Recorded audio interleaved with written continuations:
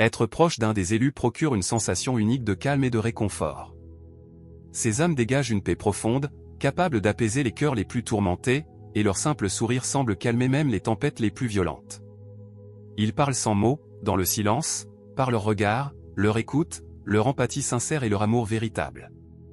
Ils entrent dans nos vies comme une brise légère, nous accueillant, nous faisant sentir vus, compris et profondément aimés. Mais peu savent que derrière cette sérénité se cache une force ancienne et puissante. Même la mer la plus tranquille peut devenir furieuse si on la provoque.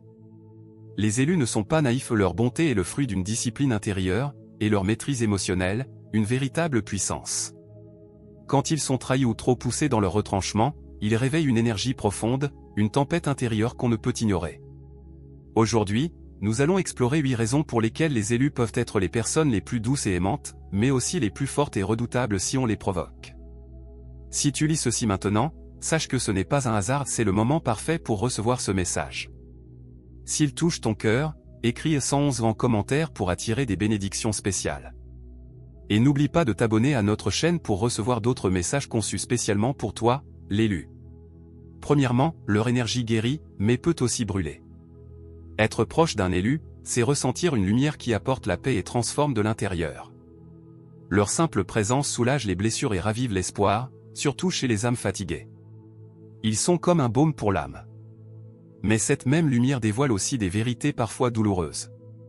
Elle fait fondre les illusions, fait tomber les masques. Beaucoup confondent leur calme avec de la faiblesse, tentent de les manipuler, mais se trompent. Quand un élu commence à purifier ce qui n'a plus sa place, rien de faux ne survit. Deuxièmement, leur patience a un sens profond, mais elle n'est pas infinie.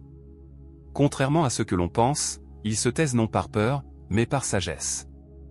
Ils savent que le temps est sacré. Ils observent, laissent l'autre une chance d'évoluer, d'apprendre. Même trahis, ils peuvent rester silencieux un moment, mais ce silence n'est pas éternel.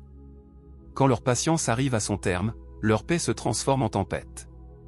Ils n'essaient pas de prouver quoi que ce soit, ils agissent, au bon moment, guidés par leur intuition spirituelle. Troisièmement, lorsqu'ils explosent, ce n'est pas de la colère, c'est de la justice divine. Ils ne réagissent pas à tout, car ils sont centrés, stables, ancrés. Mais s'ils sont volontairement trahis ou manqués de respect, leur réponse n'est pas une réaction impulsive, mais une sentence qui vient du cœur de leur âme. Ce qu'ils expriment alors ne blesse pas, mais révèle. Ils deviennent messagers d'une justice supérieure, mettant à nu les illusions, déchirant les voiles, pour que chacun voie enfin la vérité. Quatrièmement, ce sont des protecteurs nés, des autres comme d'eux-mêmes. Ils ressentent l'appel de défendre les faibles, de donner une voix aux oubliés, de protéger les vulnérables. Être près d'eux procure un sentiment de sécurité inexplicable. Mais ils savent aussi protéger leur propre énergie. Ils ne laissent personne franchir leurs limites. Le même amour qu'ils ont pour prendre soin des autres, ils l'appliquent à leur paix intérieure. Et s'ils sentent qu'on abuse de leur bonté, ils s'éloignent sans haine, simplement pour préserver leur santé spirituelle. Cinquièmement, leur colère n'est pas bruyante, elle est silencieusement destructrice. Un élu ne perd pas son temps en cris ou conflits.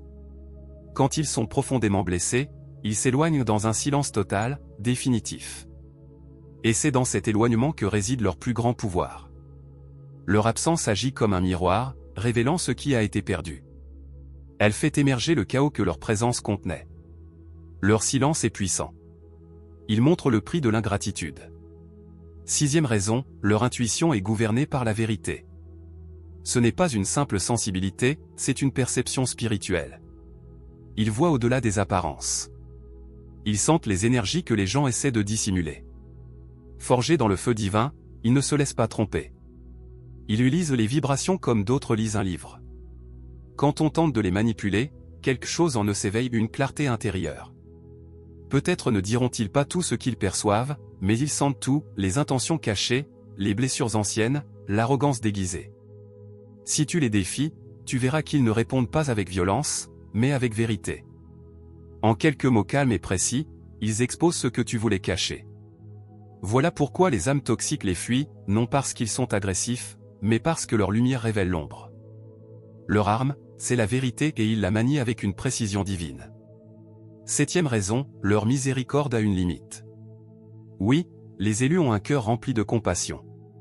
Ils croient en la puissance de la transformation, en la guérison des blessures, en les secondes chances. Il reste à tes côtés quand tout le monde t'abandonne. Il prie pour toi, même lorsque tu les fais souffrir. Ils te laissent du temps, car ils savent que chaque âme évolue à son rythme. Ils ne cherchent pas la perfection, mais ils respectent profondément ton chemin. Pourtant, cette miséricorde n'est pas éternelle. Il y a un seuil. Lorsque la grâce est constamment ignorée, lorsque la vérité est rejetée trop de fois, lorsqu'on piétine les leçons sacrées, alors quelque chose change en eux. Celui qui intercédait pour toi commence à se retirer. Non pas par haine, mais parce que les chemins ne sont plus alignés. La protection spirituelle qu'il t'offrait se retire aussi. Et à ce moment-là, tu fais face aux conséquences de tes propres choix. Leur miséricorde, quand elle s'arrête, révèle la force de la justice divine. C'est alors que tu comprends, tu n'avais pas affaire à une simple bonté humaine, mais à une âme envoyée pour quelque chose de bien plus grand. 8e raison, leur présence transforme l'atmosphère. Qu'ils le veuillent ou non, les élus ne passent jamais inaperçus. Leur présence apporte un changement tangible, parfois subtil, mais profond. Leur énergie est silencieuse, mais puissante. Ceux qui sont autour d'eux se sentent apaisés, inspirés, reconnus, sans toujours comprendre pourquoi. C'est la fréquence divine qu'ils portent en eux. Là où ils entrent, le chaos se calme, la paix s'installe, la lumière perce la confusion. L'espace entier s'élève en leur présence. Mais attention, si leur paix est troublée, l'effet s'inverse. L'atmosphère devient lourde, tendue, inconfortable. Le silence s'épaissit. Ce n'est pas un hasard, c'est une réponse spirituelle réelle. Leur énergie est si pure et si alignée que toute dissonance se fait immédiatement ressentir. En harmonie, ils bénissent tous ceux qui les entourent. En désaccord, leur simple silence parle plus fort que 1000 discours. Leur esprit a une voix, même quand leur bouche se tait. Si tu as un élu dans ta vie, traite-le avec respect. Tu n'es pas face à une personne ordinaire, tu es en présence d'un destin sacré. Ne confonds jamais leur douceur avec de la faiblesse. Ne prends jamais leur silence pour de l'ignorance. Et ne mets jamais à l'épreuve la patience de celui qui peut réveiller un feu spirituel par une seule prière. Et toi, élu, ceci est un rappel. Ta bonté n'est pas une faille. Ta patience n'est pas naïveté. Tu es bien plus fort que tu ne le crois. Et ton calme est une preuve de sagesse, pas de fragilité. Abonne-toi pour recevoir d'autres messages qui parlent directement à ton esprit. À très bientôt. Continue de marcher dans la lumière. Mais n'oublie jamais le feu qui brûle en toi. Regarde-moi bien, tu crois vraiment être tombé ici par hasard? Il n'y a pas de coïncidence. Tu as été guidé jusqu'à ce message parce que quelque chose en toi s'est déjà éveillé et réclame plus.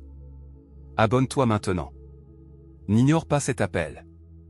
Car celui qui est élu, ressent. Et celui qui ressent, répond.